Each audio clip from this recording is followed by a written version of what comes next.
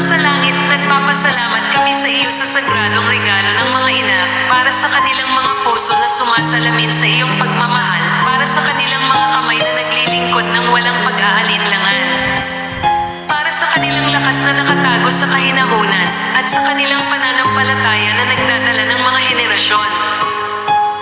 Pagpalain ang bawat ina ngayon, nakikita man niya ang kanyang mga anak na lumaki sa harapan niya, o pinanghahawakan lamang sila sa kanyang mga panalangin.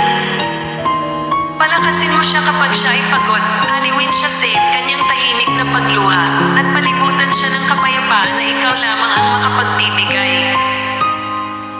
Naway hindi malilimutan ang kanyang pag-ibig, naway magbunga ang kanyang mga sakripisyo sa mga buhay na kanyang naantig, at naway laging malaman na siya ay nakikita, pinarangalan, at lubos na minamahal. Panginoon, protektahan mo siya, gabayan mo siya, at punuin mo siya ng kagalakan.